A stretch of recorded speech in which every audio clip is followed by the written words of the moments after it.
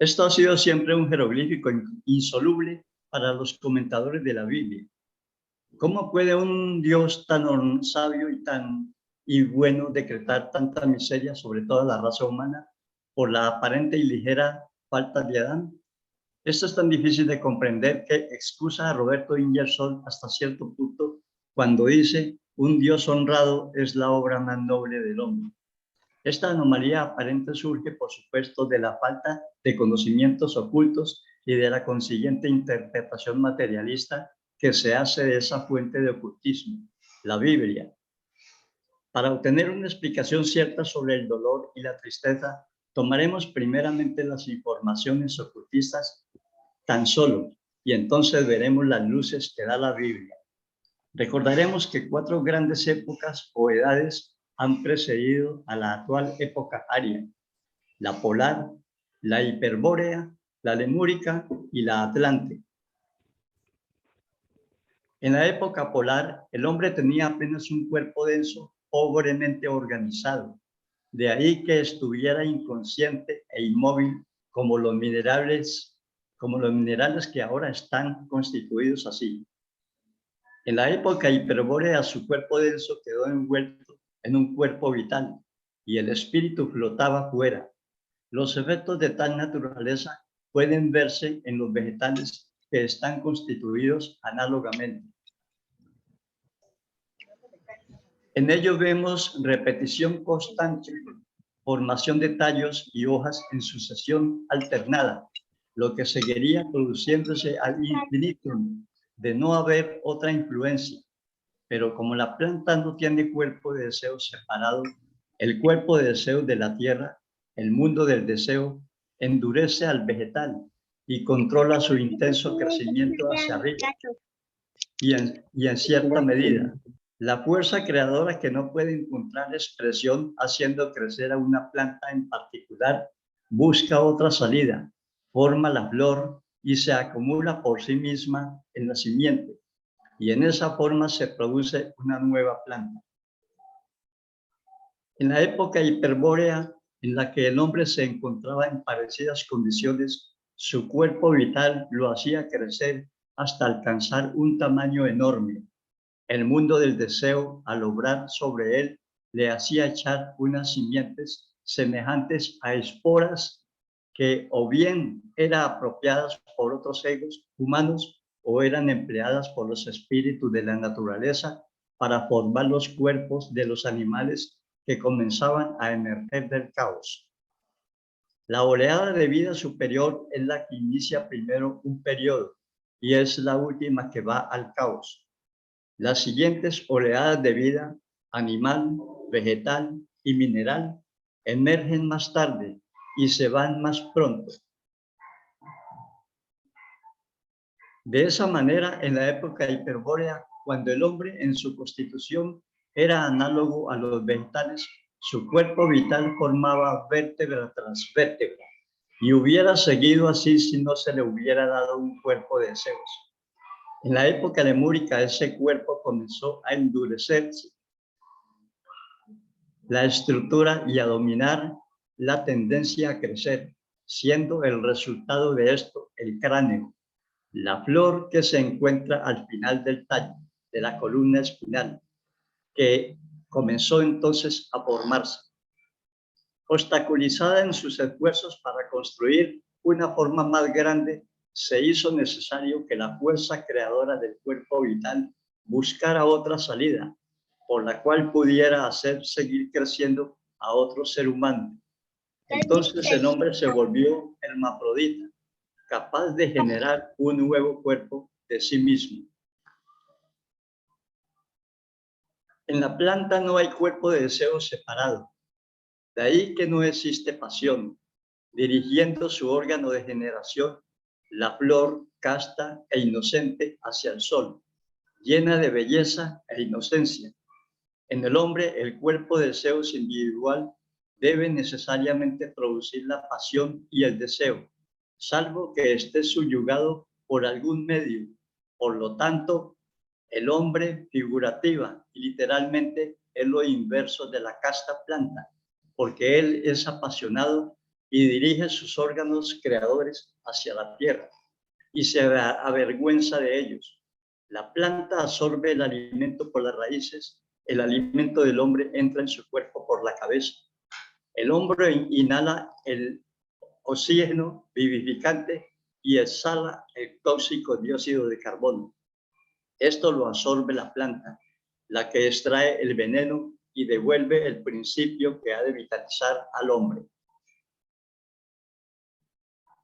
Con objeto de controlar la pasión y evitar el abuso de la función creadora, se adoptaron diversas medidas por los guías que tiene a su cargo la evolución.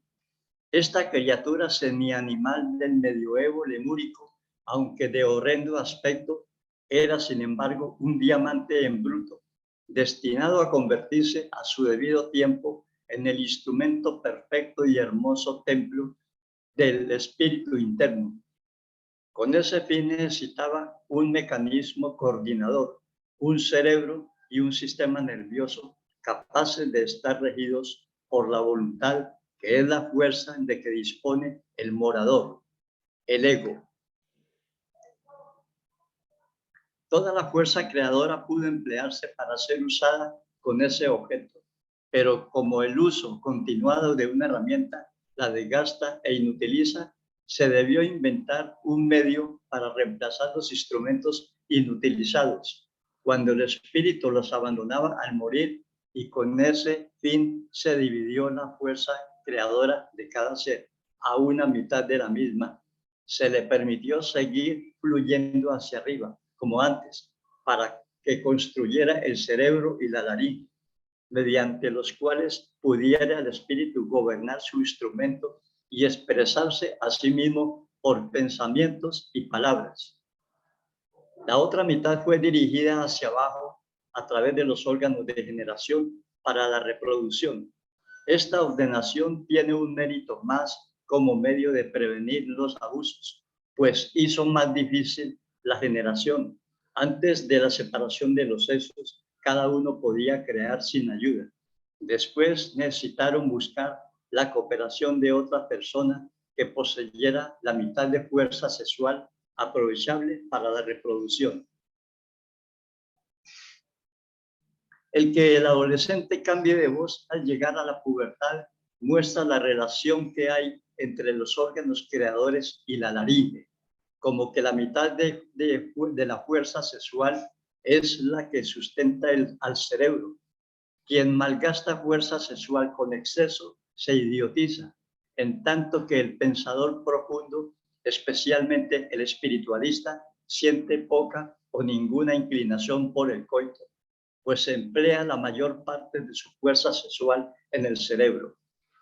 Los ángeles trabajaron solos con el hombre en la época hiperbórea, cuando éste solo tenía un cuerpo vital y uno denso, pero en la época lemúrica, cuando se obtuvo el cuerpo de Zeus, los arcángeles entraron también en acción para ayudar al espíritu humano infante a controlar sus futuros vehículos, y neutralizaron el cuerpo de Zeus en tal forma que solo era activo sexualmente en determinadas épocas del año.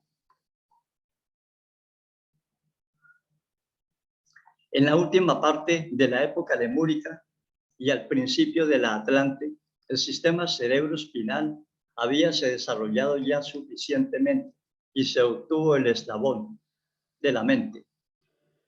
Y el ego comenzó lentamente a entrar en sus cuerpos, convirtiéndose en un espíritu interno a mediados de la época Atlante, completamente consciente de su alrededor externo. Antes de que la entrada en los cuerpos fuera completa, especialmente en la última parte de la época lemúrica, la conciencia del hombre estaba dirigida hacia adentro y era más consciente de los mundos espirituales. Así que el nacimiento y la muerte no existían para él, como tampoco lo es para la planta la caída de una hoja seca. Su conciencia permanecía continuamente en los mundos internos, tuviera o no un cuerpo, pues estaba inconsciente de esto, si bien lo empleaba muy bien en la misma forma en que nosotros empleamos ahora nuestro estómago o pulmones inconscientemente.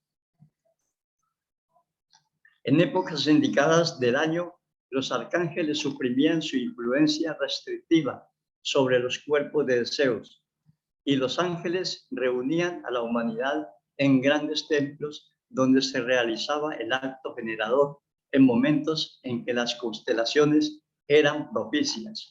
En nuestros días, los viajes de la luna de miel son recuerdos atávicos de esas migraciones con objetos generadores, y muestran una relación con los cuerpos celestes por el hecho de llamarse luna de miel.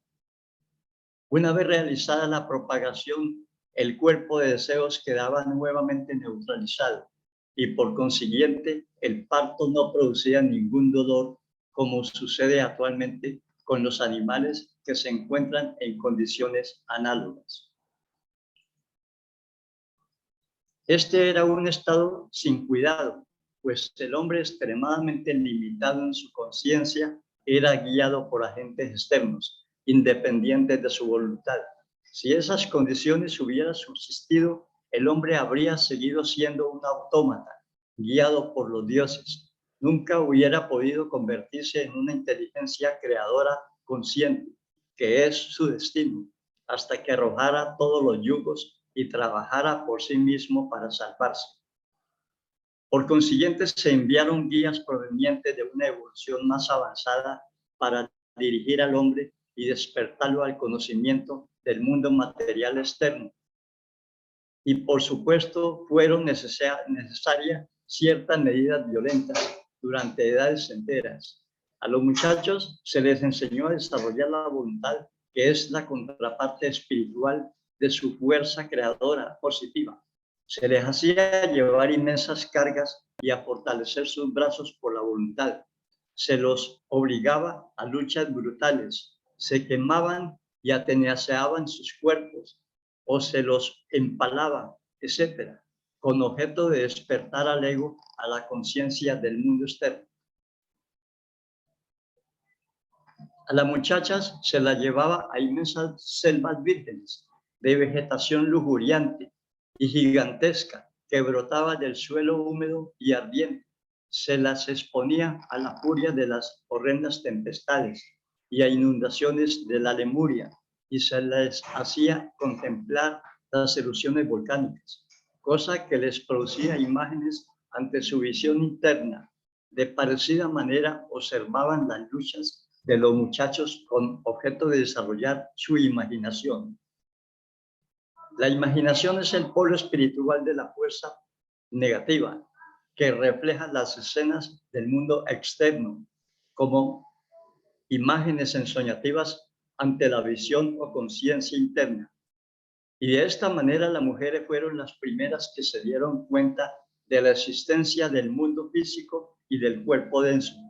Y entonces comenzaron a predicar el evangelio del cuerpo a los hombres, a quienes hablaron de esa suboscura percepción de la existencia física. Algunos de entre nosotros están ya sintiendo el alma y tratando de predicar el evangelio del mundo espiritual en el que el espíritu vive y se encuentra con incredulidades y ridículos semejantes a aquellos con los que se encontraron las mujeres lemures cuando trataban de convencer a sus coterráneos de que tenían un cuerpo denso.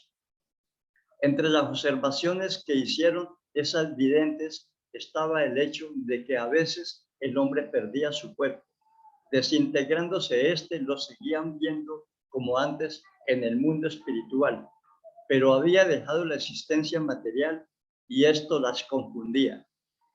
No podían obtener información alguna sobre el asunto de los ángeles, pues si bien estos obraban sobre el cuerpo denso, no lo hacían directamente, sino que empleaban el cuerpo vital como transmisor y no podían hacer comprender de un ser que razonaba cerebralmente. Los ángeles obtienen su conocimiento sin razonar, porque irradian todo su amor en su obra y la sabiduría cósmica fluye en ellos como recompensa. El hombre también crea por amor, pero es egoísta. Ama porque desea la cooperación en la generación, porque solo exterioriza la mitad de su fuerza creadora, conservando la otra mitad egoísticamente para sustentar su propio órgano mental, el cerebro. Y también usa esa mitad con egoísmo para pensar porque desea conocimientos. De ahí que tenga que trabajar y razonar para obtener la sabiduría, pero a su debido tiempo llegará a un estado muy superior al del ángel o del arcángel. Entonces habrá pasado más allá de la necesidad de los órganos creadores inferiores. Creará por medio de la laringe, pudiendo hacer su verbo carne. En aquel estado la mujer no podía razonar tanto porque la mente fue dada por los poderes de las tinieblas y era oscura. Y antes de que pudiera emplearse para correlacionar los hechos, era necesario que se iluminara únicamente después que se hubo hecho esto, pudo el hombre arrojar la luz de la razón sobre sus problemas. Aquí oímos hablar por primera vez de Lucifer, el dador de luz, quien habla a la mujer y la ayuda a resolver el enigma, mostrándole cómo con la ayuda del hombre podía ella ejecutar la función creadora independientemente de los ángeles, pudiendo suministrar así cuerpos a los que los hubiera perdido, evadiéndose también de la muerte. Y él pregunta si Dios les había prohibido comer de los árboles, y le contestan que se les había prohibido comer del árbol del conocimiento del bien y del mal bajo pena de muerte. Que el árbol del conocimiento es una expresión simbólica de la función generadora se hace evidente si recordamos cuán limitada era la conciencia del hombre en ese entonces. No sabía o no conocía nada fuera de sí mismo. Sus ojos no habían sido aún abiertos. Su conciencia era interna, como la que tenemos en el sueño con el sueño, salvo que no era confusa, pero estaba tan ajeno e inseguro respecto a los seres y cosas del mundo exterior como lo estamos ahora nosotros respecto al mundo espiritual. Excepto cuando era llevado a los templos y puesto en íntimo contacto sexual con otro. Entonces, durante un instante, el espíritu atravesaba el velo de la carne. El hombre y la mujer se conocieron uno a otro en la carne, y para el iniciado, la Biblia ilumina admirablemente esos hechos, empleando las mismas expresiones en muchos lugares. Adán conoció a su esposa, y en la pregunta de María, ¿cómo concebiré si no he conocido a hombre alguno? Los dolores del parto son también mucho más lógicos como penalidad por la violación en cosa del comercio carnal que como castigo por haber comido una manzana. La serpiente dijo, vosotros no moriréis en verdad, porque Dios sabe que el día en que comáis del árbol, vuestros ojos se abrirán y seréis como dioses, conociendo el bien y el mal. Este último era entonces desconocido para el hombre. Obrando según ese consejo, la mujer obtuvo la cooperación del hombre y mediante el poder de la voluntad libertaron sus cuerpos de deseos. Esa facultad fue entonces mucho mayor que ahora, porque es ley que toda nueva facultad se adquiera siempre a costa del debilitamiento de otro poder anterior, como cuando se obtuvo la facultad de pensar comprada al precio de la mitad de la fuerza creadora. Entonces el poder de la voluntad humana era tal que el miedo de Dios de que el hombre comiera también del árbol de la vida y se hiciera inmortal estaba ampliamente justificado, pues se habría así asegurado la posesión del secreto de renovar el cuerpo vital, así como el denso, y hubiera podido crear un cuerpo y vitalizarlo para siempre. Entonces no hubiera habido en verdad evolución alguna, porque el hombre no sabía entonces, como no lo sabe tampoco ahora, construir un cuerpo perfecto. Y esto hubiera sido la mayor de las calamidades posibles.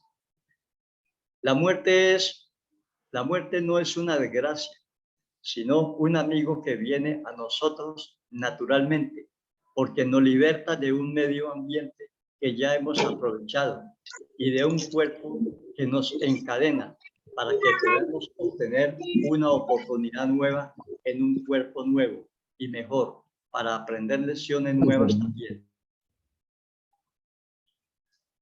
El uso ilimitado de la función sexual tuvo, por supuesto, hacer al hombre más y más consciente de su cuerpo. Sus ojos se abrieron y su atención fue enfocándose más y más sobre el mundo físico, hasta que por grados llegó a olvidar los mundos superiores. Y muchos han llegado hasta no creer que hay un espíritu inmortal en el hombre. Para ellos, la muerte es, por supuesto, una desgracia terrible, una horrenda calamidad, a pesar de todas las afirmaciones, porque creen en la aniquilación. Así que, aunque la palabra de Lucifer era verdad y se podían crear nuevos cuerpos, la palabra del ángel era más verdadera todavía, porque en realidad no hubo muerte hasta que el hombre perdió la conciencia de los mundos espirituales. En cuanto a la maldición, con dolores parirás a tus hijos, no es una maldición, absolutamente, sino la simple indicación de los efectos que resultarían inevitables del abuso ignorante de la función creadora. Mientras ésta se efectuó bajo la sabia dirección de los ángeles en ciertas épocas del año, cuando las fuerzas cósmicas provenientes de los planetas eran propicias, el parto se realizaba sin dolor, pero el hombre ignoraba esos factores y de ahí que de la transgresión resultara el sufrimiento. De esta forma se obtuvo el cerebro y el órgano vocal, a costa de la mitad de la fuerza creadora. El habernos libertado de la dirección de los ángeles, el poder de iniciar la acción para elegir el bien o el mal y la conciencia del mundo material son nuestros a costa de la tristeza, del dolor y de la muerte. Pero todas las cosas trabajan para el bien en el reino de Dios. El mundo, aunque lo que es malo, se transmuta mediante la sutilísima alquimia espiritual en sucesivos escalones de un bien superior, el que no habría podido realizarse sin aquel. Habiendo sido desterrado del jardín del Edén, la región etérica, aprendiendo a conocer el mundo material a consecuencia de los repetidos abusos sexuales que fijaron su atención aquí, aumentó el uso del cuerpo de Zeus, el que endureció al cuerpo denso, y éste comenzó a necesitar alimento y bebida. De esta manera, el ingenio del hombre quedó limitado hasta en parte para la creación del cuerpo y su sustentación. El hambre y el frío fueron los látigos del mal que despertaron el ingenio humano, obligándolo a pensar y a trabajar para proveer sus necesidades. Y en esa forma va aprendiendo gradualmente la sabiduría. Tiene que proveer para esas contingencias antes de que lleguen porque el hambre y el frío le han enseñado a velar por sí mismo.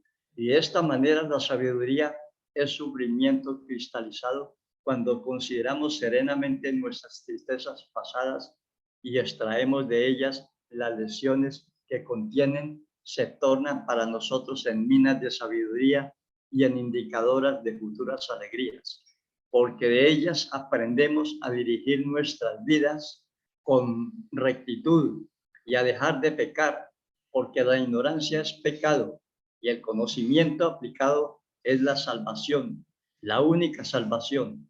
Esto parecerá ser una afirmación gratuita, pero si tratamos de probarla por medio de la meditación, encontraremos que es absolutamente cierta y tan demostrable como que 2 y 2 son 4. En cuanto a la pregunta, ¿quiénes son esos luciferes? ¿Por qué, aunque la Biblia solo parece hablar de una persona? Eso es un error. Lo mismo que cuando habla de Dios en singular en el primer capítulo de Génesis. Son una clase de seres que alcanzaron un estado evolutivo muy superior al de nuestra humanidad en el periodo lunar, pero que no llegaron al desarrollo obtenido por los ángeles. Son semidioses y no pueden tomar un cuerpo denso como el hombre, pero tampoco pueden adquirir experiencias en la forma en que lo hacen los ángeles. Necesitaban un cerebro y una médula espinal. Así que cuando el hombre hubo construido ese instrumento, lo urgieron a que hiciera uso de él para aprovecharse ellos mismos. En ese tiempo la naciente conciencia del hombre estaba dirigida hacia adentro y veía sus órganos internos, construyéndolos con la misma fuerza que ahora dirige al exterior para hacer casas, buques, etc. Y los músculos externos de su cuerpo. Así que la mujer, que era la que se había desarrollado más en esa dirección por tener su imaginación ya ejercitada, vio la inteligencia encarnada en su serpentina médula espinal y en un estado posterior, cuando el hombre recordó esa experiencia, le pareció que lo más semejante a lo que quería indicar era una serpiente. Se ve esta idea en toda la Biblia. En Isaías 14 se le llama Lucifer, la estrella del día, rey de Babel, On, puerta del sol, ciudad situada sobre 7 colinas que dominaba todo el mundo. Allí la humanidad cesó de obrar al unísono y se separó en varias naciones guerreras. Fue la simiente de todos los males imaginables y se le llama ramera en la revelación donde se describe su caída. Como suprema antítesis, oímos hablar de otra luz del mundo, una brillante estrella matutina, la verdadera luz, Lucifer, que se levantará después de la caída de Babilonia y reinará para siempre en la ciudad de paz, Jerusalén, que es llamada la novia. Viene del cielo y tiene 12 puertas que nunca se cierran. Aunque el inestimable árbol de la vida esté dentro, no hay iluminación externa alguna. La luz está dentro y no hay noche. Ciertamente es una ciudad maravillosa y la mayor antítesis imaginable de la otra. ¿Qué significa eso? Ya que toda interpretación literal está fuera de discusión en ambos casos, admitiendo que la ciudad de Babilonia haya existido, no era literalmente como se describe, y la futura Nueva Jerusalén es contraria a todas las leyes de la naturaleza, tal como las conocemos. Esas dos ciudades tienen que ser, pues, simbólicas. Con objeto de descubrir su significado, consideramos que esas ciudades están situadas sobre 7 colinas o montañas, posición que ofrece ventajas especialmente para la observación. Moisés fue a la montaña y vio y oyó, así como en el monte de la transfiguración, Daniel contemplaba a Babilonia con la cabeza, Daniel compara a Babilonia con la cabeza de la imagen de que Nabucodonosor vio en un sueño en la cabeza humana, que Nabucodonosor vio en un sueño. En la cabeza humana hay 7 puntos de observación, 2 ojos, 2 oídos, 2 fosas nasales y una boca. Sobre esto está el cerebro y en el que el dador de luz, la razón, dirige el pequeño mundo, el microcosmos, así como el gran dador de luz, Dios, dirige al macrocosmos. La razón es producto del egoísmo, pues está generada por la mente proporcionada por los poderes de las tinieblas, en un cerebro formado egoísticamente por la mitad de la fuerza sexual y estimulada por los egoístas luciferes, siendo por consiguiente la simiente de la serpiente. Y aunque sea transmutable en sabiduría mediante el dolor y la tristeza, debe dar lugar a algo superior, la intuición, que significa enseñanza o conocimiento interno. Esta es una facultad espiritual presente en todos los espíritus, encuéntrense funcionando en un cuerpo masculino o femenino, pero se manifiesta mucho mejor en un organismo femenino, porque en él la contraparte del espíritu de vida, el cuerpo vital, es masculino, positivo, y la intuición, la facultad del espíritu de vida, puede por consiguiente llamarse apropiadamente la simiente de la mujer, de donde surgen todas las tendencias altruistas, mediante las cuales todas las naciones van agrupándose lenta, pero seguramente formando una fraternidad universal del amor, sin tener en cuenta la raza, el sexo o el color. Este cerebro nuestro, sin embargo, no es un conjunto homogéneo, sino que está dividido en dos mitades. Y los fisiólogos saben muy bien que usamos principalmente uno de esos hemisferios cerebrales, el izquierdo. El hemisferio derecho del cerebro está activo en parte. El corazón está también en el lado izquierdo del cuerpo, pero está comenzando a dirigirse hacia el lado derecho. El cerebro derecho está también haciéndose más y más activo y a consecuencia todo el carácter del hombre aparece distinto. El lado izquierdo está bajo el dominio de los luciferes y produce egoísmo, pero el ego adquirirá más y más dominio conforme el lado derecho del cerebro vaya adquiriendo el poder de actuar sobre el cuerpo como juicio justo o recto. El que se está produciendo un cambio en el corazón que lo convierte en una anomalía es un enigma. No tiene nada nuevo para los fisiólogos. Tenemos dos clases de músculos. Una clase de ellos está bajo el dominio de la voluntad. Por ejemplo, los músculos del brazo y de las manos. Estos son estriados a lo largo y a lo ancho. Los músculos involuntarios que tienen a su cargo la función que no está bajo el dominio de la voluntad, que no puede moverse a impulsos del deseo, solo están estriados a lo largo. El corazón es la única excepción. No está bajo el dominio de la voluntad ni del deseo, y sin embargo está comenzando a mostrar fibras transversales como los músculos voluntarios. A su debido tiempo, esas estrías latitudinales se desarrollarán plenamente y el corazón quedará bajo nuestro control. Cuando llegue ese momento, podremos dirigir la sangre hacia donde queramos enviarla. Entonces podremos negarnos a dejar ir la sangre al hemisferio izquierdo del cerebro y Babilonia, la ciudad de Lucifer, caerá.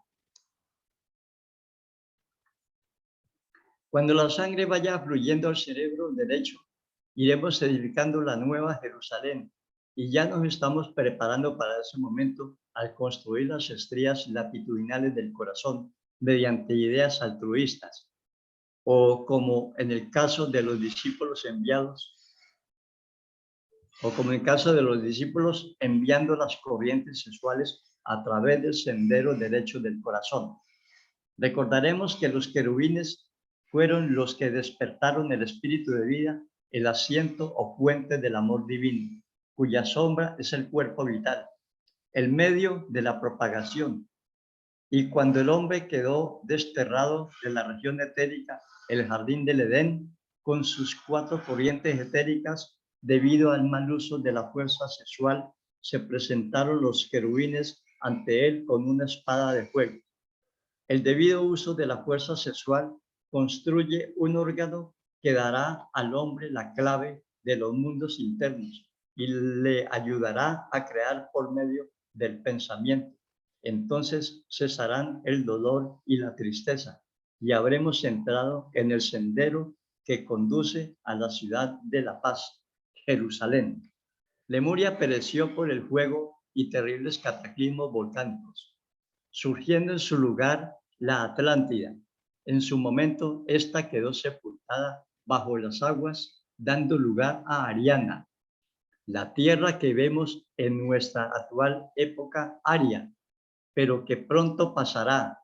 Las salamandras están empezando a avivar los fuegos de la fragua para hacer un nuevo cielo y una nueva tierra, que la escuela ocultista occidental llama la Nueva Galilea. En las primeras dos épocas, el hombre desarrolló un cuerpo y lo vitalizó. En la época lemúrica desarrolló el deseo y en la época atlante produjo la astucia. Y el fruto de la época aria es la razón. En la Nueva Galilea, la humanidad tendrá un cuerpo mucho más fino y etérico que ahora. La tierra será transparente también y como resultado esos cuerpos serán más permeables a los impactos espirituales de la intuición. Esos cuerpos tampoco se cansarán y por eso no habrá noche alguna. Y los 12 nervios craneanos, que son las puertas del asiento de la conciencia, entonces como ahora, nunca estarán cerrados. Además, la Nueva Galilea estará formada por éter luminoso y transmitirá luz solar. Esa tierra será una tierra de paz, Jerusalén, porque la fraternidad universal unirá a todos los seres de toda la tierra en el amor. No podrá existir la muerte, porque el árbol de la vida, la facultad de generar fuerza vital, se habrá hecho posible por medio del órgano etérico de la cabeza ya mencionado, que se desarrollará en todos aquellos que van siendo elegidos como progenitores de la humanidad de la época venidera. Esa raza se llama la raza de Cristo, pero entiéndase que no es debido a un Cristo exterior, sino que habrá desarrollado el principio crístico dentro, porque actuará siguiendo los dictados del Espíritu mediante la intuición, y todo cuanto haga lo harán por amor, únicamente mediante ese perfeccionamiento individual puede efectuar la salvación de la raza, porque según dijo Angelus Silesius, aunque Cristo renazca 1000 veces en Belén, si en ti mismo no nace, tu alma sigue extraviada. Ni importa que en el Gólgota contemples levantada la cruz, si no es un Gólgota tu corazón también. Aquí termina la conferencia del maestro Max Heindel, luego viene la ampliación y la explicación que el maestro nos da con referente a esta conferencia, el capítulo número 14 de Cristianismo Rosacruz. Esta es la explicación que nos da el maestro Agostini con respecto al capítulo 14 del libro Cristianismo Rosacruz del maestro Max Heindel. En este capítulo, el señor Heindel muestra que conocía bastante aquel aspecto que algunos dicen que él no sabía. En puridad de verdad es algo maravilloso. En la obra del señor Heindel, la conferencia nos habla de Lucifer, tentador o benefactor. Empieza hablándonos de la iglesia romana, que según el pesimismo de sus profetas, la vida del ser humano es corta y llena de molestias, y que por lo tanto se deduce que Dios es supremamente injusto, pero que estudiando esoterismo se llega a conclusiones bastante diferentes. Este ítem es bastante interesante desde cierto punto de vista. Entonces se pone a hacer referencia al periodo de la evolución del ser humano a la época polar en que era de naturaleza mineral, la época hiperbórea en que era de naturaleza vegetal, al principio de la época lemúrica en que era de naturaleza animal y después ser humano. No hace referencia a que en la mitad de la época lemúrica, el ser humano se separó y vino el nacimiento del sexo. Eso no lo dice el libro. La palabra sexo quiere decir exactamente separado, lo que nos diferencia. Eso es exactamente lo que quiere decir la palabra sexo. El artículo es de tal magnitud que estoy interesado que lleguemos a la mayor conclusión posible. ¿Estamos seccionados o separados? Ustedes notan que la X es una letra que siempre indica de afuera, extranjero, extraño, etcétera, etcétera, etcétera. Siempre esta letra tiene el uso de afuera, no de adentro. Así que allí exactamente se diferenció la energía y nos separó en dos polaridades y se hizo posible la actualización de la conciencia que hasta entonces era completamente subjetiva. Entonces tenemos que en la primera etapa no dice quién ayudó al ser humano, los señores de la llama. En la segunda etapa fueron los señores de la sabiduría, en asocio de los ángeles. La jerarquía angélica tiene a su cargo la generación, pero al aparecer la generación, entonces, naturalmente, viene el impulso disruptor de la armonía de la naturaleza del ser humano. Y entonces los agentes del sol, los arcángeles, tomaron parte para ayudar un poco a modelar el arquetipo del ser humano. Y hasta ahí van las cosas. Pero luego, cuando definitivamente aquella energía fue separada intrínsecamente, entonces había una jerarquía. Estoy hablando como el señor Heine. Había una jerarquía que no podía encarnar en lo humano ni llegar a la espiritualidad de los ángeles. A esta jerarquía se le llamó luciférica, el espíritu de Lucifer. Entonces ellos robaron, son palabras convencionales para la inteligencia, parte de la energía reproductora para convertirla en la posibilidad de una conciencia diferenciada. Y para tal efecto crearon el cerebro y la laringe. El cerebro para coordinar las ideas y la laringe para hacer posible exteriorizarlas. De manera que Lucifer le ha dado a la humanidad la posibilidad de intercomunicar lo que siente, lo que piensa, lo que quiere y lo que desea. Por lo tanto, es un gran agente, pero debilitó el potencial de la generación y entonces la humanidad dividida en dos, en la mitad de la época lemúrica, le fue indispensable o imprescindible buscar la cooperación de la polaridad que posea la otra energía de la fuerza generatriz. Él considera que la parte masculina de esa energía psíquica se llama voluntad y que la parte femenina se llama imaginación. Eso es lo que cree el señor Heine.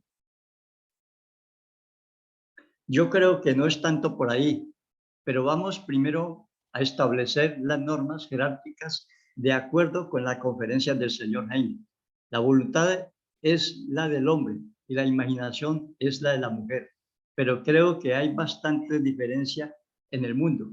Creo que los hombres de más poderosa imaginación han sido los grandes genios de la raza y que la mujer tiene una imaginación subjetiva para dominar o dirigir el arquetipo de la evolución del nuevo ser. De tal suerte que la imaginación de la mujer está orientada hacia el mundo interno, mientras que la imaginación del hombre está dirigida hacia el mundo externo. También estaría dirigida por las energías de esa potencia espiritual llamada Lucifer, o sea, el portador de la luz. La situación se arregla bastante bien si hacemos un análisis cuidadoso de algo que la conferencia no contaba, que la conferencia no estaba. En el mundo hay dos movimientos, el uno corresponde a la esfera luciférica y el otro corresponde a la esfera angélica. Así que se han creado dos sistemas de educación del ser humano. Los seres luciféricos se llaman masones. No me refiero a la institución esa que ya no vale nada. Me refiero a los verdaderos masones que trabajan en la arquitectura de la construcción de vehículos mejores para la expresión de las potencias del gran arquitecto del universo. Tal es el lenguaje de los hermanos masones, de manera que ellos son luciféricos y por eso trabajan, y por eso se trajean de rojo, para indicar la fuerza del impulso generativo de las ideas y de los hechos, y por lo tanto se llaman también constructores. Pero no es constructores de edificios ni de ciudades. Es la exterioridad, esa es la exterioridad de algo que muestra que perdieron totalmente el camino de la sabiduría. Es construir vehículos adecuados para la manifestación de las potencias espirituales, que por ahora son subjetivas o latentes en la humanidad. Por lo tanto, ellos son arquitectos simbólicamente. Ellos son arquitectos. Simbólicamente, ellos utilizan el mallete. Simbólicamente, usan el compás y la escuadra. Pero eso es simbólicamente. Y está bien que se llame simbólicamente. ¿Cuál es la escuadra masónica? La severidad de la ley de causalidad. Esa es la escuadra del masón. ¿Cuál es el compás del masón? La conciencia que se va abriendo a medida que el ser humano se educa y se supera. Por eso, en las primeras etapas, esta herramienta del compás está aprisionada por la ley. Cuando ya el hombre comprende cómo debe dirigir la energía, queda libre el compás para trabajar como le plazca en todos los senderos de la construcción de cuatro, la vida interna y espiritual del ser humano.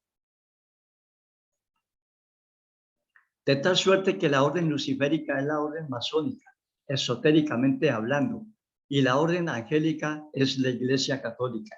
La Iglesia Católica, que también perdió el sentido de las cosas, no quiere que el ser humano piense, sino que crea. El masón no quiere que el hombre crea en nada, sino que piense. Así podemos establecer verdaderamente la jerarquía de estas potencias. Es la fuerza generadora subyacente en la espina dorsal invitada hacia el centro del cerebro para actualizar conciencia, comprensión y valencia en el mundo fenomenal.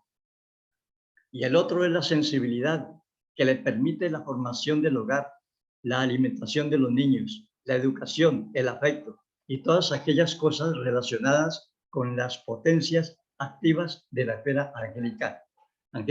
De tal suerte que los ángeles nacen en la esfera de Tifaret y dan su fruto en la esfera de Yesod.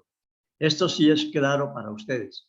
Las potencias angélicas afectan la sensibilidad de Tifaret, el corazón del ser humano, y lo invitan a la generación y al cuidado de la especie. Y entonces da su fruto en Yesod. Pero ese fruto en Yesod no solamente para depositar la semilla, sino también para tener el sentido paternal y maternal en la función peculiar de hacer posible la evolución de la raza para que otros egos puedan renacer realmente. Y el otro, que el ser humano que está interesado en el dominio de la materia y de la forma, entonces su energía nace en Hol, es decir, en el umbilical, y se remonta hacia el cerebro, y viven en un conflicto constante. Mientras el ser humano no sea arquitecto de su propio destino, mientras no sepa manejar de las narices, uso una palabra convencional, a mi inteligencia, la potencia luciférica para conducirla y entender los misterios de la vida, para detenerse frente a la doctrina secreta y contemplar las enseñanzas que esa señora trajo de la escala de los adeptos, o bien contemplar un vegetal y ver el crecimiento y desarrollo y evolución orgánica de esa planta dirigida por la inteligencia del gran arquitecto del universo. Luego volverse al otro lado y con la potencia angélica y espiritual amar la evolución de los niños que vienen a este mundo para ganar experiencia en el corazón de la madre, donde ella les da todo su cariño, todo su afecto y toda su espiritualidad. De tal suerte que vivimos en ese eterno conflicto, en esa eterna lucha. La masonería es tan necesaria como el catolicismo, y el catolicismo es tan necesario como la masonería. Son simplemente las dos columnas del templo de la verdad, pero no es el catolicismo de explotación, de engaño o del perdón de los pecados, sino aquel catolicismo que da el calor del hogar, la familia, la belleza, la armonía y el esplendor de una vida social debidamente organizada. Así que ese catolicismo tampoco existe ya. Y pese a ese entusiasmo espiritual del señor Heindel, en que considera que ya estamos llegando a la perfección ideal y espiritual, estamos llegando al infierno de nuestras locuras y de nuestras deficiencias. Esa sí es la verdad del momento actual. Ahora, en el caso de los grandes creadores, tuvimos un discípulo maravilloso de Caín, es decir, del espíritu de Lucifer, el señor Einstein. Qué espíritu tan formidable, que condujo la energía sobrante en su vida matrimonial para hacer que su conciencia pudiera descubrir y penetrar las leyes de la naturaleza y de la vida para dejarle al mundo un nuevo sentido de las cosas. He ahí un verdadero hijo de Caín, es decir, un verdadero servidor de Lucifer, en grado máximo y extraordinario para fin del mundo. Y ahora miremos sencillamente en los seres humanos comunes y corrientes. ¿Cuál era un hombre que verdaderamente utilizaba la potencia de Lucifer? Es Schopenhauer. Llevaba toda la energía a la inteligencia para mostrar, comprender y profundizar los misterios de la vida. La energía que nace en el umbilical, porque no son alegorías, nace allí la energía y se eleva a los centros del cerebro. La emoción se convierte en inteligencia y en conciencia a fuerza de una determinación constante y permanente en el trabajo por medio del cual el ser humano llegue a ser colaborador del gran arquitecto del universo, como debe ser un masón. Efectivamente, eso es ser un masón, pero no estoy hablando de la institución que no vale nada. A mí me caracteriza la sinceridad y se lo he dicho a ellos mismos. En alguna ocasión donde estaban reunidos los grandes de la masonería en Colombia, les dije, ustedes son una partida de viejos irridendos.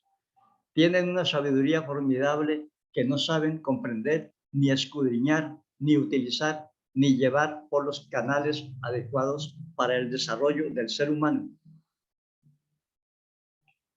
El masón desarrolla su conciencia para comprender la vida. El místico católico de Catos Universo desarrolla la sensibilidad para cuidar el hogar, la familia, el afecto, la esposa y todas aquellas cosas. Este sería un hombre verdaderamente grande. De tal suerte que los luciferes son los espíritus del fuego generador, radicado en el ombligo del hombre, conducido a través de la espina dorsal como serpiente de vida para dar fuerza a la inteligencia y a los aparatos constructores de una conciencia cada vez más alta, para ser un verdadero arquitecto y guiar el proceso de la evolución y el desarrollo de las especies y de las cosas. Y los ángeles, la parte nobilísima y delicada de la familia, el amor a la esposa, a los hijos, al hogar, a la sociedad. Ese es el trabajo angélico, ese es el trabajo espiritual de los ángeles, que obtienen su sabiduría solamente a través del amor. Si el niño se cae, la madre hace algo por inspiración, sin necesidad de acudir a un médico, porque la jerarquía angélica le ayuda en ese momento tan difícil para ella. Y a medida que la mujer es más natural, más ideal y más espiritual, la jerarquía angélica puede ayudarle mucho más. La gente metida dentro de una sociedad egotista se aleja mucho de aquel sentido espiritual de la existencia. Ya no hay calor del hogar, ya no hay fraternidad, ya no hay armonía, ya no hay belleza. Los ángeles trabajan en la energía que emana de la esfera de Tiparet y va hacia la esfera de Yesod. Los espíritus de Lucifer trabajan en la energía que nace en la esfera umbilical de la raza y la lleva hacia el cerebro para construir vehículos adecuados para exteriorizar lo que sienta, piensa y hace. Por lo tanto, alimenta el cerebro y alimenta el lenguaje. Yo adoro a Lucifer. ¿No lo sabían ustedes? Lo quiero mucho. Lo estimo en todo lo que tiene de significado y de valor, en la esencia misma del fuego espiritual, de la conciencia, de la sensibilidad, de la palabra, de la idea. El nazareno poseía un culto extraordinario por Lucifer, porque hacía uso de un lenguaje puro y perfecto para guiar al mundo, y tenía también amor por la jerarquía angélica, porque protegía el calor espiritual de la familia y del hogar con su ideología, con su sabiduría, con su carácter, con su modo de ser, de tal suerte que esto no es solamente de allá. Cada organismo repite y recapitula todos los procesos de la época polar, hiperbórea, lemur y atlante. A la edad de los 14 años, en el hombre y un poco menos en la mujer, se abren las dos potencias, la que lucha por la sabiduría en el cráneo y la que lucha por la generación universal de la especie en la esfera de Yesod. Y viene la locura del joven, no sabe qué hacer porque nadie le ha enseñado. A veces es una presión de la energía y busca el colegio y busca la universidad. A veces es la presión del instinto y entonces busca el mundo con todas sus complicaciones y arandelas. Es un desorientado, no hay quien le guíe, no es malo ni es bueno, está abriéndose a la vida, no sabe y no entiende. Ahora el gran problema del ser humano no está ni arriba ni abajo, está en el plexo solar, allí donde las fuerzas se encuentran, unas quieren elevarse y otras quieren descender. Y si el ser humano no es un artista en el conocimiento de aquellos poderes, sino es un verdadero arquitecto de su destino y de su vida, se queda en serias dificultades. Y entonces vemos las frustraciones humanas, vemos perdidos al joven y a la joven, sin saber qué hacer. Es algo tremendo, porque es el arte de la vida, porque es el arte de la existencia en la labor del Espíritu de Jehová, por un lado, y el Espíritu crístico por otro. El Espíritu de Jehová empuja desde la tierra umbilical hacia arriba, y el Espíritu de Cristo empuja desde el corazón hacia abajo. Ahí tenemos la gran dificultad del mundo. Ahí tenemos la cruz de la tragedia, y el sufrimiento está en el plexo solar. Esa es la cruz de la miseria y del ser humano. Ahora viene lo que el señor Heindel, quizás por estar haciendo exposición de ideas para el mundo, no quiere desglosar ni quiere tocar. El verdadero camino de la evolución del ser humano está en el sentido sublimatorio de la vida, no solamente para la energía de carácter espiritual y angélica, sino lo mismo para la energía egoística, porque si con amor estudiamos una ciencia, la entendemos con una facilidad extraordinaria. Si con amor y espiritualidad ejercemos la progenitura, el vehículo que proporcionemos a los egos será de mayor importancia e interés que bajo ninguna otra circunstancia. Esto lo saben exactamente los gnósticos. Él dice que la palabra conocimiento encierra el misterio, pero como no trae la ortografía, ya no puede de ninguna manera llegar a establecer la plena conciencia de la cosa en sí. Conocimiento es la partícula que perdió la ortografía. 2 en 1 por la acción de la fuerza generativa de la especie, que es la Gimel. Por eso no se llama conocimiento, sino conocimiento. El señor López de Mesa escribió un libro que se llama así, ciertamente, para impulsar a la gente a estudiar.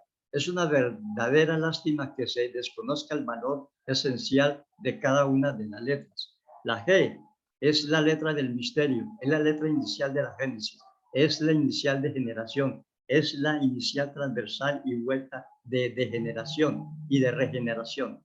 Siempre está la serpiente maravillosa del Génesis elevada en medio para darnos una idea exacta de los poderes de la vida. Hay generación, hay regeneración y hay degeneración. Tres modos del uso de la energía y nadie nos va a salvar de aquello si no somos nosotros los que verdaderamente en forma inteligente y arquitectónica debemos manejar. ¡Qué divino juego! Nadie nos puede ayudar. Los Rosacruces nos dan la sabiduría, pero a nosotros nos corresponde. En nosotros hay generación o hay degeneración o hay regeneración. Es inevitable. Nuestros rostros aparecen pálidos porque estamos en el camino de la degeneración. Estamos rosados o fuertes porque estamos en el camino de la regeneración o en el camino de la degeneración, cumpliendo una labor mística, o en el camino de la generación, cumpliendo una labor mística, para que la evolución de la raza no se estanque a través del tiempo y del espacio. Son tres modos. La letra G tiene el número 3 en la Cábala, y 3 por 3 son 9, y 9 es el número del gran misterio del ser humano, donde el mago oculta su luz en los arcanos de la ciencia. Vean cuánta sabiduría hay en estas pocas frases admirables que el señor Heidegger invita al ser humano a penetrar los misterios de la vida. Que la serpiente engañó a la mujer, no, es ley natural. Todo movimiento de la energía universal se hace en forma serpentina. Cualquier movimiento es en forma serpentina. Ahora me preguntarán ustedes por qué.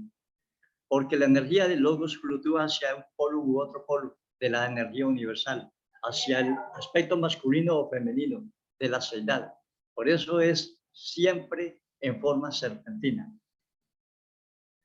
Por eso los iniciados de todos los tiempos, no de ahora, han tomado la serpiente como la base del conocimiento y de la sabiduría del movimiento del alma del mundo, manifestada en las formas, y han simbolizado en el dragón el fuego de los espacios, la luz astral no manifestada en las formas. Total que los dos grandes signos de la sabiduría son el dragón y la serpiente. La serpiente, cuando fluctúa sobre la tierra, miremos una niña llena de vigor y de plenitud a los 12 años y camina así, va llevando la melodía de la serpiente. Vemos un corte de tierra y vemos la serpiente en todas partes y así sucesivamente. Y vemos esos movimientos del arte en que la mano del artista pinta siguiendo el movimiento de la serpiente y el director de orquesta que está llevando el movimiento de la serpiente. Y el lenguaje está subiendo o bajando según la necesidad melódica del orador o del cantante. Todo es serpentino en la naturaleza, todo absolutamente.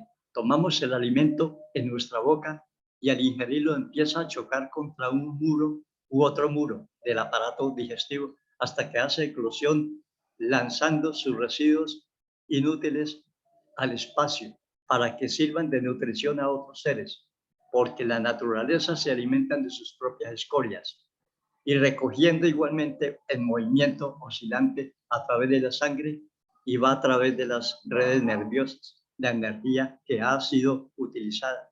Qué cosa tan maravillosa. Todo esto es exacto. No hay ninguna figura alegórica. Son hechos maravillosos. La palabra Lucifer fue tomada para la cultura europea de una palabra griega que quiere decir fósforo. El fósforo es la esencia de la luz astral manifestada en la sustancia. La luz astral manifestada en la sustancia es el primer modo de la energía cósmica hecha sustancia. Sin fósforo no hay labor del sistema nervioso, ni de la sangre, ni de la voluntad, ni de la inteligencia, ni de nada. Porque el fósforo es la luz astral condensada y hecha sustancia para hacer posible la evolución de todos los seres. Los Rosacruces de la Edad Media decían que el fósforo era la vida. Y así es efectivamente. Sin fósforo no hay vida. El fósforo se encuentra en la sustancia germinal. Fósforo se encuentra en las neuronas del cerebro para que cumplan sus funciones. Fósforo se encuentra en el ritmo del corazón y en el movimiento de los nervios. Estaba pensando en algo que al leer esta lección me impresionó hondamente. El señor Zanoni, que no era un hombre sino un Dios, siempre hablaba de la polaridad como Luna y Marte, nada más exacto. Llamaba Luna a la sustancia nerviosa y llamaba a Marte a la sustancia sanguínea. El uno es rojo y el otro es blanco. Era una alegoría científica y mística, pero una verdad científica rigurosa planteada en cada momento de su existencia. Decir que era mago, decir que era sabio, decir que era vidente o cosas por el estilo, es decir, niñerías, era mucho más. Todo lo sabía en cualquier momento. Lo que sucediera en el corazón del Papa o de los reyes de cualquier lugar del mundo. Y después se comprobaba esa verdad, todo lo que decía era exacto en tiempo y espacio. Cuando habló del futuro, se cumplió perpendicularmente al llegar la fecha. Y cuando habló del pasado y tuvimos oportunidad de consultar en diccionarios y enciclopedias, era exacto minuto y segundo. Y así en todos los casos. Luego él se había vuelto autoconsciente del movimiento de la luz astral. Manejaba las dos fuerzas de Luna y Marte, de la sangre con el fuego y de la vida, y el sistema nervioso con las simpatías del cosmos. Él atribuía a esas dos potencias cósmicas todas las operaciones de la naturaleza. Una noche fue Gabriel y le dijo: maestro, ¿yo puedo sentir algo? Ah, si lo quiere. Usted puede sentir esta noche las vibraciones de Saturno. ¿Cómo no? Váyase a su casa, que las va a sentir a tal hora. Él miró su reloj. Era un hombre muy severo consigo mismo. Se acostó en el piso, puso una esterilla para acostarse en el piso, montó una pierna sobre la otra y se puso a leer un libro y a mirar el reloj. Cuando iba a llegar el momento, dejó su libro y esperó los segundos o instantes a que llegara el sabido tiempo, el consabido tiempo. Él se estuvo quieto y pasaron los tales minutos y nada había sucedido. Y minutos después, cuando ya estaba totalmente despertado, vino un estremecimiento de pies a cabeza y de cabeza a pies por 3 veces. Al día siguiente, todo emocionado cuando se fue a hacerle el reclamo que la hora no se había cumplido, el adepto le dijo: don Gabriel, su reloj estaba mal. Yo lo hice con el tiempo cósmico. Su reloj no sirve, no servía. Cómprese otro. Vean ustedes cómo él manejaba esas energías divinas de la vida. Y eso es lo que pasa. Si vamos a pensar, lanzamos a Marte sobre el cerebro, es decir, mayor cantidad de irrigación sanguínea. Si viene el proceso de la generación, mayor cantidad de irrigación sanguínea va hacia los centros respectivos. Si caminamos, mayor cantidad de energía sanguínea va hacia los pies. Es decir, Marte está impulsando constantemente a la Luna para producir toda clase de cambios, porque esta no era más que una alegoría científica de un hecho natural. Lo masculino de la seidad flota preponderantemente en la sangre y lo femenino de la seidad preponderantemente en el sistema nervioso. Esa es la razón de que la mujer sea más sensible a los mandatos internos de la intuición y nosotros un poco más a la acción, aunque cuando yo no soy un viejo tan activo que valga la pena, pero estamos hablando de leyes solamente. Así son las cosas de la vida. De tal suerte, hermanas y hermanos, que este caballero Lucifer, si será bien o mal, es una necesidad tremenda de la naturaleza. Es el fuego generador que nace en la esfera umbilical y que le invitamos a no quedarse en el mundo de la emoción, sino subir al cerebro, a alimentar la esfera de la conciencia y la otra a la divina sensibilidad que nace en el corazón y va a los centros de la generación para hacer posible que otros egos puedan renacer en este mundo. Es pura ciencia de la vida. La jerarquía angélica y la jerarquía angélica y la jerarquía tremenda, demoníaca, satánica, no hay tal. Eso no existe. Son energías de la vida. Son niñerías de la humanidad. Nada más que niñerías de la humanidad. Y existen las dos escuelas donde prepondera un polo o el otro polo, aun cuando ambas perdieron el camino. Es la masonería con Lucifer y es la iglesia romana con la jerarquía angélica. Por eso ellos son tan devotos de hacer matrimonios y de organizar infundios de esta naturaleza que tantas complicaciones traen para el ser humano. Si ellos previamente no se aman, no se quieren, no se idealizan, eso no lo arregla ningún fraile de ninguna religión. Es la intimidad y la sensibilidad de cada quien. Y la acción fecunda que da la inteligencia luciférica es uno mismo, quien tiene que ponerla en acción. Un hombre como Roosevelt, por ejemplo, que supo en momentos críticos, cumbres y difíciles de ganar una guerra, estaba operando como un masón, como un Lucifer, para hacer un mundo mejor y así sucesivamente. Un hombre y así sucesivamente. Y los que no hacemos nada, ni Marte ni Luna, no evolucionamos. Estamos en un eterno pasivo de inconsciencia, de incapacidad, de pereza y, perdonen la palabra ordinaria y gruesa, de sinvergüencería. Nada hacemos para nada. Eso es lamentable. Así es la cosa. De tal suerte que los espíritus de Lucifer pululan a través de la médula espinal y dan fuerza y energía al cerebro y al lenguaje.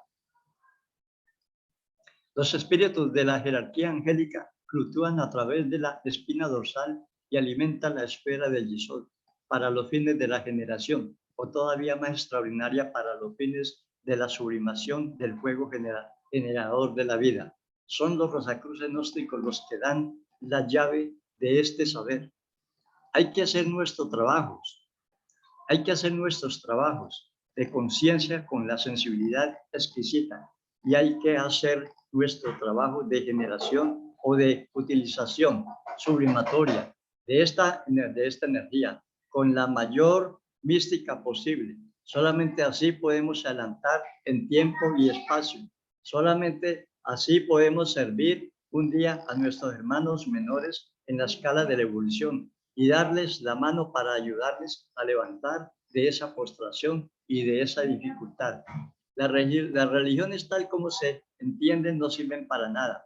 El sentido religioso interno sí, pero no las religiones. La masonería hoy en día no sirve para nada, excepto para tomar aguardiente y dar cotas.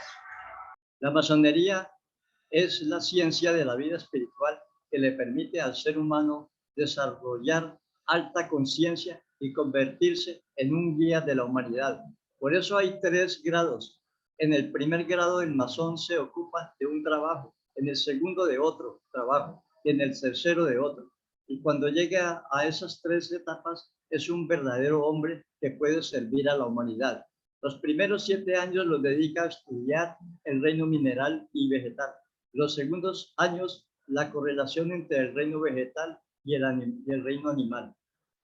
7 años más. Y la tercera etapa de 10 años para estudiar el reino vegetal, animal y humano y poder presentarse como un ser magnífico para servir a la colectividad humana.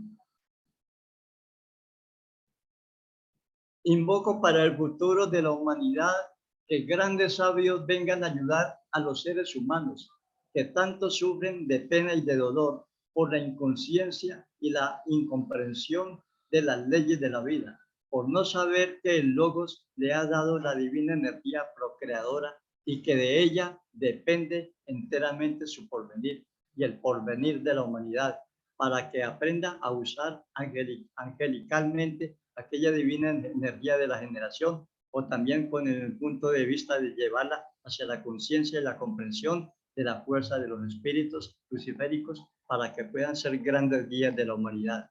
Ojalá que cuando regresemos a esta tierra ya hayan seres que puedan ayudar a la humanidad, sea con el calor luciférico o sea con el místico ideal angélico, para que todos seamos armonía, belleza y bien. Muchas gracias, hermanos, por su atención.